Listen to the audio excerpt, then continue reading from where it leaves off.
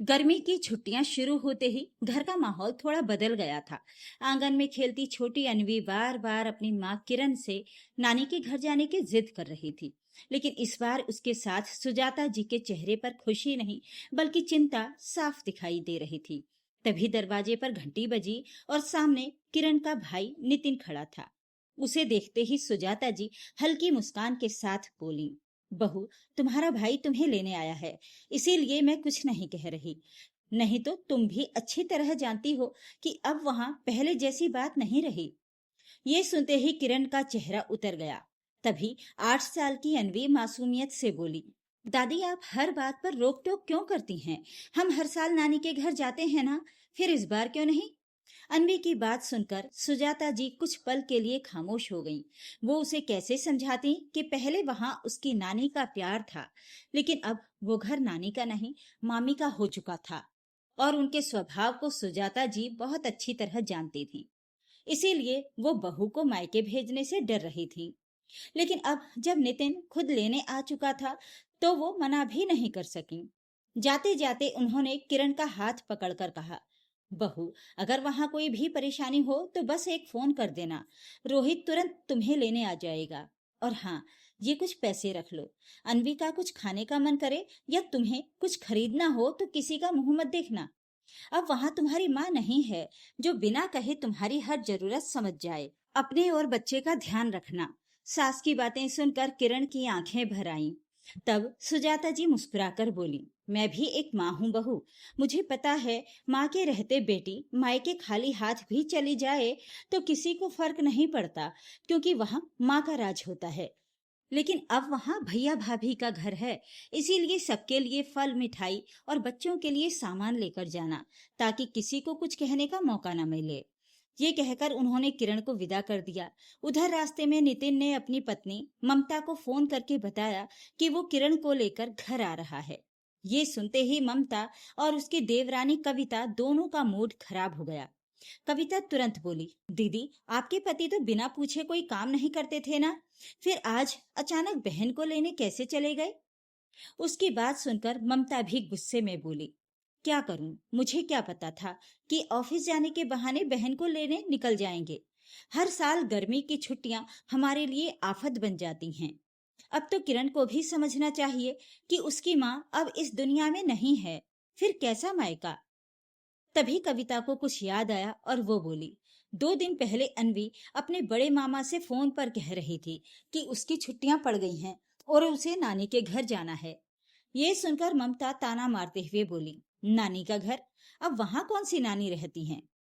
जब नानी ही नहीं रही तो नानी का घर कैसा? जरूर ये सब किरण का ही किया धरा होगा। उसी ने अपनी बेटी को सिखाया होगा कि मामा को फोन करके बुलाओ, नहीं तो इतनी छोटी बच्ची को क्या समझ है। ममता की बात सुनकर कविता भी बोली, सही कह रही हो दीदी, ये सब किरण का ही किया धरा है। अरे, जब तक माँ थी तब तक ठीक था, लेकिन अब तो उसे भी समझना चाहिए कि भाभीियों के भी मायके होते हैं, उन्हें भी अपने मायके जाना होता है, उनके बच्चों की भी छुट्टियां पड़ती हैं। देखो ना, मैं खुद इस बार अपने मायके जाने की तैयारी कर रही थी। कविता की बात सुनकर ममता ने लंबी सांस लेते हुए कहा, अरे छोटी, सिर्फ तुम ही नहीं, मैंने भी सोचा था कि इस बार गर्मी की छुट्टियों में आराम से अपने मायके में कुछ दिन बिताऊंगी, लेकिन अब तो सारी योजना पर पानी फिर गया। महारानी जो आ रही हैं। इतना कहकर दोनों किचन में चली गईं और खाना बनाते हुए किरण और उसकी बेटी अनवी को कोसने लगी। लगभग 1 घंटे बाद नितिन किरण और अनवी को लेकर घर पहुंचा। चाय पानी होने के बाद नितिन ने ममता से कहा, ममता, जल्दी से किरण और अनवी के लिए खाना लगा दो, सुबह से निकले हुए हैं, बच्ची को भूख लगी होगी। तभी अनवी मासूमियत से नितिन से लिपटते हुए बोली, हाँ मामू, बहुत जोर से भूख लगी है। फिर वो ममता की तरफ देखकर बोली, मामी, खाने में क्या बनाया है? अनवी की बात सुनकर ममता मन ही मन चिढ़ गई, लेकिन चेहरे पर मुस्कान लाते हुए बोली, जो भी बनाया है बेटा, अभी तुम्हारे सामने रख देती हूँ, फिर खुद ही देख लेना। इतना कहकर वो किचन में चली गईं। तभी अनवी ने किरण से कहा, मम्मी चलो ना, तब तक हम अपना बैग नानी के कमरे में रख देते हैं। जैसे ही किरण अपनी माँ के कमरे की तरफ बढ़ी, पीछे से कविता ने तुरंत टोका, अरे किरण, उधर मत जाओ। अब वो माँ जी का कमरा नहीं रहा। हमने उसे बच्चों का स्टडी रूम बना दिया है। बच्चे बड़े हो रहे हैं, पढ़ाई भी कठिन होती जा रही है, इसीलिए उन्हें अलग कमरे की जरूरत थी। कविता की बात सुनकर किरण सब समझ गई, लेकिन मासूम अनवी को कुछ समझ नहीं आया। उसे तो बस इतना याद था कि हर बार नानी के घर आने पर वो नानी की अलमारी में अपने कपड़े रखती थी। वो मासूमियत से बोली, ठीक है मामी, तो मैं नानी की अलमारी में अपने कपड़े रख दूंगी। जैसे ही वो आगे बढ़ी, कविता ने फिर रोकते हुए कहा, अरे नहीं बेटा, नानी की अलमारी भी खाली नहीं है, उसमें अब हमारा सामान रखा है। और वैसे भी 2-4 दिन की ही तो बात है, कपड़े बैग में ही रहने दो। फिर वो बोली, कमरे कम है बेटा, समझने की कोशिश करो। रात में हॉल में गद्दे लग जाएंगे, तुम दोनों वहीं सो जाना। ये सुनते ही अनवी तुरंत बोली, नहीं मम्मी, हम हॉल में नहीं सोएंगे, हम तो नानी के कमरे में ही सोएंगे और दीदी भैया के साथ खेलेंगे भी। अनवी की बात सुनकर कविता हल्का सा मुस्कुराई और बोली, नहीं बेटा, अब पहले जैसी बात नहीं रही। तुम्हारे दीदी भैया बड़े हो गए हैं, उन्हें पढ़ाई के लिए अलग कमरा चाहिए। और किरण, तुम्हारी बेटी अब इतनी भी छोटी नहीं है कि हर बात पर उसे सिर पर चढ़ाया जाए। देखना, कल को यही आदत तुम्हें भारी पड़ जाएगी। इतना कहकर कविता भी किचन में चली गई। किरण चुपचाप सब देखती और सुनती रही। उसे अपने ही मायके में अब वो अपनापन महसूस नहीं हो रहा था। पहले ही दिन उसे भाभियों के व्यवहार में आया बदलाव साफ दिखाई देने लगा था। खैर, अगले दिन सुबह जब अनवी नाश्ता करके उठी तो वो अपने मामा मामी के बच्चों को ढूंढने लगी, लेकिन उसे पता चला कि सभी बच्चे नाश्ता करके अपने अपने कमरों में बैठकर पढ़ाई कर रहे हैं। कल से आई हुई अनवी अभी तक अपने मामा मामी के बच्चों से ठीक से मिल भी नहीं पाई थी। फिलहाल वो चुपचाप अपनी माँ किरण के साथ बैठ गई। थोड़ी देर बाद जब वो नहाने के लिए बाथरूम में गई तो वहां भी कुछ नहीं था, न साबुन, न शैम्पू और न ही कपड़े धोने का साबुन। तब वो मासूमियत से जाकर कविता मामी से बोली, मामी, बाथरूम में साबुन नहीं है, पूरा बाथरूम खाली है, एक साबुन दे दीजिए ना, मुझे नहाना है। अनवी की बात सुनकर कविता ने अजीब सा मुंह बनाते हुए कहा, अरे अनवी, तुम अपना साबुन और शैम्पू लेकर नहीं आई क्या? तुम सबका सामान इस्तेमाल करती हो क्या? हमारी बेटियां तो किसी का सामान इस्तेमाल नहीं करती, सब बड़े हो गए हैं। सबका अपना अलग साबुन और शैम्पू है, जो जिसका इस्तेमाल करता है वही लेकर बाथरूम में जाता है और वापस रख लेता है। अब हमें क्या पता कि तुम कौन सा साबुन लगाती हो? अपने हिसाब से तैयारी करके आना चाहिए था ना। तभी ममता भी वहां आ गई और बोली, और वैसे भी अभी तो कल ही आई हो, बाल धोकर नहीं आई थी क्या, जो आते ही साबुन और शैम्पू मांगने लगी? दोनों की बातें सुनकर अनवी सहम गई। तभी दरवाजे के पीछे खड़ी किरण अपनी दोनों भाभियों की बातें सुन रही थी। अपनी छोटी सी बेटी के साथ ऐसा व्यवहार देखकर उसकी आंखें भर आईं। मन ही मन वो खुद से कहने लगी, इसीलिए मैं यहाँ नहीं आना चाहती थी, इसीलिए बार बार मना कर रही थी, लेकिन इस बच्ची ने मेरी एक नहीं सुनी। फिर खुद को संभालते हुए उसने आवाज लगाई, अनवी, इधर आओ। माँ की आवाज सुनते ही अनवी बाहर आई। उसकी आंखों में आंसू देखकर किरण का कलेजा कांप उठा। उसने प्यार से पूछा, वहां क्यों गई थी? तुम्हें कुछ चाहिए था तो मुझसे मांग लेती।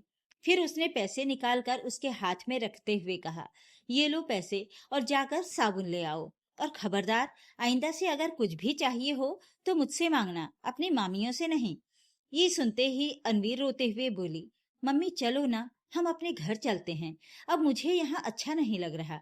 मामी सही कह रही थी, अब ये मेरी नानी का घर नहीं रहा, इसीलिए यहाँ कोई मुझसे प्यार भी नहीं करता। मैं कल आई हूँ और अभी तक दीदी भैया मुझसे मिलने भी नहीं आए। मामियाँ मुझे उनके कमरे तक नहीं जाने देती। मैं अकेले बोर हो रही हूँ, किसके साथ खेलूं? फिर वो मासूमियत से बोली, मम्मी, दादी ने कहा था ना कि जब मन करे वापस आ जाना। चलो ना, पापा को फोन करते हैं, पापा हमें शाम को लेने आ जाएंगे। बेटी की बातें सुनकर किरण खुद को रोक नहीं पाई और उसकी आंखों से आंसू बहने लगे। उसने भारी आवाज में कहा, हाँ बेटा, पापा को फोन कर लो, क्योंकि मैं अपनी बेइज्जती सह सकती हूँ, लेकिन तुम्हारी नहीं। कुछ पल रुककर वो बोली, अब तो तुम्हें समझ आ गया ना कि दादी तुम्हें यहाँ आने से क्यों मना कर रही थी? अब ये तुम्हारा ननिहाल नहीं रहा बेटा, अब यहाँ तुम्हारी नानी नहीं रहती, ये अब सिर्फ तुम्हारे मामा मामी का घर है। इतना कहते हुए किरण रो पड़ी। कुछ देर बाद मौका देखकर वो ममता और कविता के पास गई और दुखी स्वर में बोली, भाभी, ये क्या तरीका था एक छोटी बच्ची से बात करने का? उसने सिर्फ एक साबुन ही तो मांगा था। किरण की बात सुनकर ममता तुरंत चिढ़कर बोली, वाह किरण, हमने ऐसा क्या कह दिया उसे? बस यही ना कि साबुन खत्म हो गया है और तुम्हारे मामा आएंगे तो मंगवा देंगे, इसमें कौन सी गलत बात हो गई?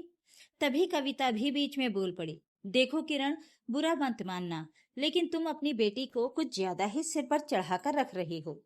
दिन पर दिन बड़ी हो रही है, पराया घर जाना है, यही शिक्षा दोगी ना तो एक दिन ससुराल छोड़कर मायके में ही बैठ जाएगी, ना खुद का घर बसा पाएगी ना किसी का बसने देगी। वो आगे बोली, लड़की है, जरा लगाम लगा कर रखो, फालतू में बेटी की बातों में मत आओ, राई का पहाड़ मत बनाओ, हमारी भी बेटियां हैं, देख लो कभी उनकी आवाज नहीं निकलती, और तुम्हारी इतनी छोटी सी बेटी हमसे जुबान लड़ाती है।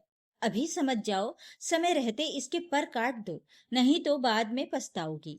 ये सुनते ही किरण गुस्से में बोली, बस भाभी, अब एक शब्द और नहीं, मेरी बेटी कैसी है और कैसी नहीं ये मैं अच्छी तरह जानती हूँ। आप लोग होती कौन है मुझे ये बताने वाली कि मैंने उसे कैसे संस्कार दिए हैं? वो गुस्से में बोली, पहले अपने संस्कार देखिए, आपकी माँ ने आपको कैसे संस्कार दिए हैं, जो आपको सास और ननद से बात करने की तमीज तक नहीं है। एक छोटी सी बच्ची से ठीक से बात करना भी नहीं आता, और आप मेरी बेटी को संस्कार सिखाएंगी? किरण की आवाज अब ऊंची हो चुकी थी। वो बोली, मैं अब तक चुप थी क्योंकि रिश्ता था और मैं लिहाज कर रही थी, लेकिन शायद आप लोग उस इज्जत के लायक ही नहीं हैं। मैं शांत हूँ इसका मतलब ये नहीं कि मैं कमजोर हूँ, मैं भी इस घर की बेटी हूँ। जितना हक आपका इस घर पर है उतना ही हक मेरा भी है। वो गुस्से से बोली, अभी चाहूं तो इसी वक्त इस घर के आधे टुकड़े करवा सकती हूँ, और किसी में दम नहीं होगा मुझे रोकने का। फिर उसने कविता की तरफ देखकर कहा, और कविता भाभी, आप क्या कह रही थी कि इस घर में सब लोग अलग अलग साबुन इस्तेमाल करते हैं? आपको इस घर में आए 10 साल हो गए, लेकिन मैंने आपको कभी अलग साबुन लगाते नहीं देखा। और आज मेरी माँ के जाने के बाद सबके अलग साबुन, फेस वॉश और क्रीम पाउडर हो गए। अगर इतने ही अमीर हो गए हो तो बाथरूम में एक साबुन अतिरिक्त रखने से कौन सी गरीबी आ जाती? उस छोटी सी बच्ची को इतना सुनाने की क्या जरूरत थी? वो दुखी होकर बोली, साफ साफ क्यों नहीं कह देती कि आपको हमारा यहाँ आना पसंद नहीं है? सच बताऊं तो मैं भी यहाँ आना नहीं चाहती थी, लेकिन हर साल की तरह अनवी जिद कर रही थी, इसीलिए उसका मन रखने के लिए चली आई। सोचा था बच्ची खुश हो जाएगी, लेकिन अब वो सपने में भी आप लोगों की शक्ल देखना नहीं चाहेगी। किरण गुस्से में इतनी तेज आवाज में बोल पड़ी थी कि उसकी आवाज सुनकर आसपास की 2-3 औरतें भी वहां इकट्ठी हो गईं। तभी गोमती काकी वहां आ गईं और बोली, अरे किरण बेटा, क्या हुआ? तुम इतनी जोर जोर से क्यों बोल रही हो? गोमती काकी को देखते ही किरण की आंखों से आंसू बहने लगे। वो रोते हुए बोली, काकी देखिए ना इन दोनों को, मेरी माँ को गए अभी 1 साल भी नहीं हुआ, और पहली बार मेरी बेटी इनके रहते यहाँ आई थी, लेकिन इन्होंने उसके साथ ऐसा व्यवहार किया कि वो रो पड़ी। 10 दिन रुकने आई थी, लेकिन अब आज ही वापस जाने की जिद कर रही है। इसके बाद किरण ने वहां खड़ी सभी औरतों को ममता और कविता की सारी बातें बता दी। वो रोते हुए बोली, काकी, चाची, ताई जी, चाहे कुछ भी हो जाए लेकिन इन दोनों पर कभी भरोसा मत करना। ये दोनों बहुत मतलबी इंसान हैं। मैं आज यहाँ से जा रही हूँ, और शायद अब इस घर में कभी लौटकर नहीं आऊंगी, क्योंकि जब माँ ही नहीं रही तो मायका कैसा? फिर उसने अपनी भाभियों की तरफ देखकर कहा, और भाभी, आप लोग ये बात याद रखना, आपकी माँ भी हमेशा इस दुनिया में रहने नहीं आई हैं। एक दिन वो भी चली जाएंगी, फिर सोचिएगा कि आपके मायके में आपके साथ क्या होगा। इतना कहकर किरण गुस्से और आंसुओं के साथ अनवी का हाथ पकड़कर वहां से चली गई। इधर गोमती काकी और मोहल्ले की बाकी औरतों ने ममता और कविता को खूब खरी खोटी सुनाई। सबने उन्हें रिश्तों की अहमियत, परिवार के सम्मान और व्यवहार की मर्यादा समझाई। किरण तो वहां से चली गई, लेकिन जाते जाते दोनों भाभियों को पूरे मोहल्ले के सामने शर्मिंदा कर गई थी। अकेले में तो ममता और कविता शायद किरण को जवाब दे देती, लेकिन सबके सामने वो ये भी नहीं कह पा रही थी कि उन्हें उसका आना पसंद नहीं था। उधर ससुराल पहुंचते ही किरण दौड़कर अपनी सास सुजाता जी के गले लग गई और फूट फूट कर रोते हुए बोली, माफ कर दीजिए माँ जी, आपने मुझे बहुत समझाया था कि मत जाओ, लेकिन मैं ही नहीं मानी। मुझसे बहुत बड़ी गलती हो गई, मुझे वहां जाना ही नहीं चाहिए था। किरण को रोता हुआ देख सुजाता जी ने प्यार से उसके सिर पर हाथ फेरा और बोली, कोई बात नहीं बहू, एक माँ चली गई तो क्या हुआ, एक माँ अभी भी तुम्हारे साथ है, मैं हूं ना। फिर उन्होंने मुस्कुराते हुए कहा, अब हर साल गर्मियों की छुट्टियों में हम कहीं घूमने जाया करेंगे। बीती बातों को यहीं खत्म करो और अपने परिवार पर ध्यान दो। वैसे भी यही जिंदगी की सच्चाई है बेटा, एक दिन हर इंसान को इसका सामना करना पड़ता है। पास खड़ी अनवी ये सब सुन रही थी। वो धीरे से अपनी दादी के पास आई और उनसे लिपट कर बोली, दादी अब हम छुट्टियों में कहीं बाहर घूमा करेंगे, मुझे अब कहीं नहीं जाना। अनवी की बात सुनकर सुजाता जी ने उसे सीने से लगा लिया। उनके चेहरे पर दर्द भी था और अपनापन भी। तो दोस्तों, आपको क्या लगता है, क्या किरण ने अपनी भाभियों को सही जवाब दिया या उसे रिश्तों की खातिर चुप रहना चाहिए था? और क्या सच में माँ के जाने के बाद मायके का अपनापन बदल जाता है? अपनी राय कमेंट करके जरूर बताइएगा। अगर आपको ये कहानी पसंद आई हो तो वीडियो को लाइक, शेयर और मेरे चैनल को सब्सक्राइब जरूर करें। धन्यवाद।